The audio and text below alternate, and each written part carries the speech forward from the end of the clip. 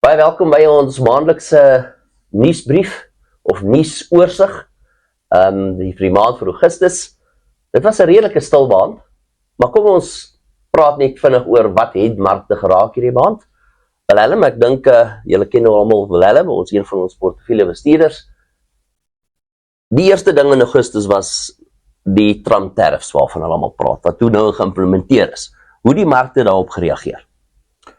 Ja, die markt het aanvanklik iets wat negatief gereageer, maar ek dink hulle het toe al agtergekom, die tariewe is so min of meer 10% oral, dus iets waarmee hulle kan saamleef, en as daar 'n klomp ooreenkomste gesluit, jy weet, val met plekke soos Europa, wat 'n redelike groot handelsvernoot is, en hulle is besig met China, en het lyk daarmee, of hulle daar heeltemal 'n handelsoorlog wil ingaan nie, hulle probeer dit so al vermy.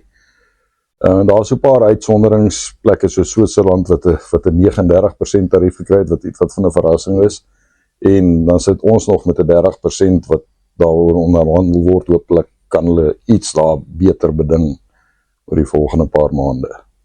Iets wat wel ook gebeur het, is dat 'n paar van die groter besighede of maatskappye in Amerika het uitgekom met hulle dienste of verdienste gerapporteer.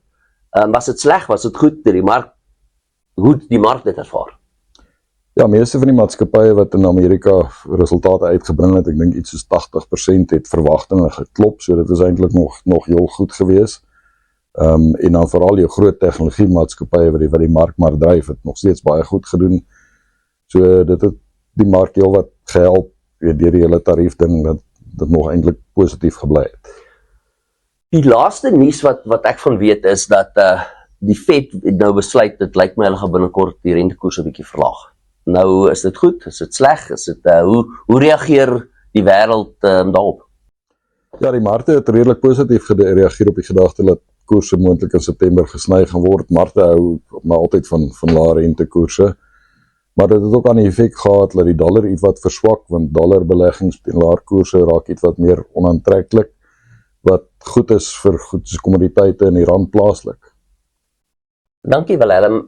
Soos julle kan hoor, dit was eintlik 'n redelike stiller maand teenoor die vorige maande waar daar verskriklik wisselvalligheid was. Ek wil net graag vinnig ook weer eens ons kliënteaanbieding en beleggersaanbieding wat binnekort plaasvind net noem. Ek dink in die tyd weet julle almal al van die aanbieding wat die 9de September plaasvind. Die lewendig is in Atterbury Theater hier in Pretoria, maar ons het ook 'n lewendige uitsending vir ons kliënte wat nie in Pretoria kan wees of nie die funksie kan bywoon nie. Ons het 'n paneelbespreking waar ons 'n paar fondsbestuurders bygekry het om te kon gesels oor 'n paar elemente soos passiewe beleggings teenoor aktiewe beleggings, om 'n bietjie te gesels oor hierdie risiko's wat in die wêreld is, hoe sien hulle dit in hulle portefeuilles, hoe spreek hulle dit aan. Ek dink dit gaan 'n lekker gesprek wees. Daarna het is ons baie opgewonde oor Sia Kuza, wat 'n jong man is, wat in Engels sal ons sê pioneer, 'n baanbreker is op die gebied van skoon energie. Hy werk daaraan om skoon energie oplossings in Afrika oral oor te bring. Hy's ook 'n groot motivering vir jong innoveerders, en hy dwars oor die wêreld, en hy gesels baie lekker daaroor. So ons sien baie uit daarna. As julle nog nie geregistreer het nie, tyd hardloop uit. Ons sal waardeer, registreer, en dan sien ons julle almal binnekort.